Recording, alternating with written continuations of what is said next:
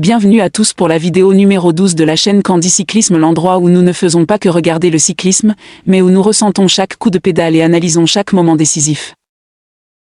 La 4e étape du Tour of the Algarve nous a offert un sprint massif à la fois rapide et intense. Paul Magnier a une nouvelle fois confirmé son excellente forme en lançant une accélération puissante pour dépasser Jordi Meeus et Oded Kogut sur la ligne d'arrivée.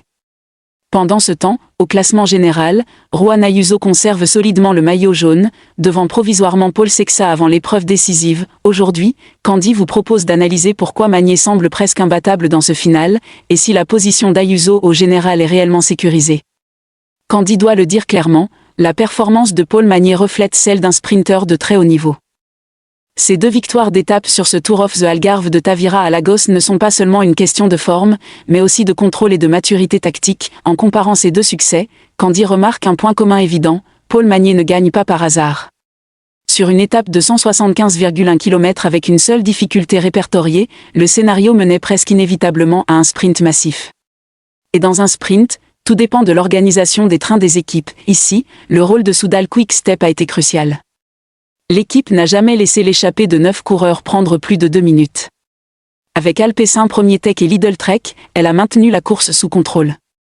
Candy apprécie également l'attitude proactive des équipes portugaises, surtout en première partie d'étape, où elles ont animé la course au lieu de simplement subir. À 80 km de l'arrivée, l'attaque de Ruben Fernandez, Gonçalo Carvalho et Victor de Paula a rendu la course plus dynamique.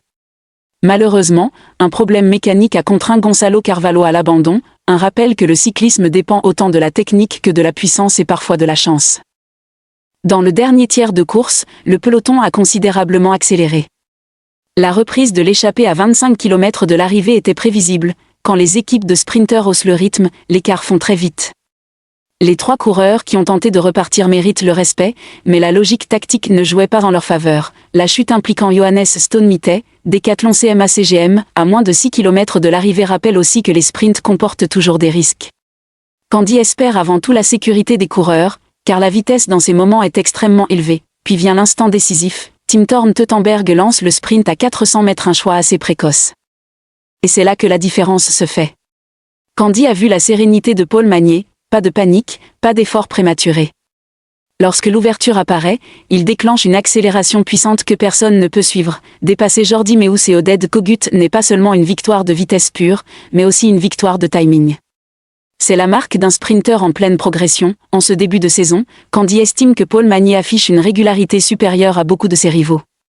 Gagner 2 fois dans la même course prouve qu'il peut maintenir un haut niveau sur plusieurs jours. Cependant, le classement général raconte une autre histoire.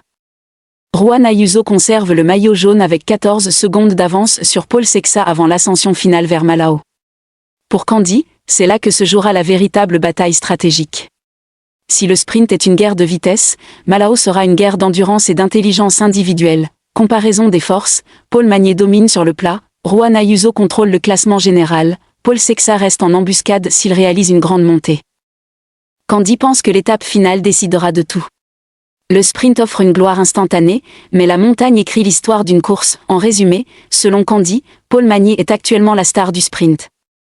Mais pour parler de domination complète sur ce Tour of the Algarve, la situation reste entre les mains de Juan Ayuso du moins jusqu'au verdict de Malao. À long terme, Candy voit là un signal très positif pour la nouvelle génération du cyclisme européen.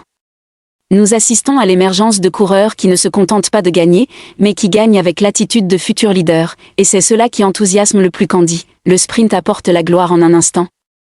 Mais le classement général est l'épreuve de la durée. Paul Magnier démontre un niveau exceptionnel en vitesse pure. Juan Ayuso affiche la stabilité et la maturité d'un véritable candidat à la victoire finale. Quant à Paul Sexa, l'écart reste suffisamment réduit pour espérer un renversement. Le Tour of the Algarve entre dans sa phase décisive, et chaque mètre peut encore changer le scénario. Si vous aimez les analyses tactiques claires, objectives et approfondies, abonnez-vous à Candy Cyclisme pour continuer à vivre chaque course avec nous. Rendez-vous à la prochaine étape là où vitesse et caractère feront la différence. La vidéo numéro 13 vous attend. Ne la manquez pas.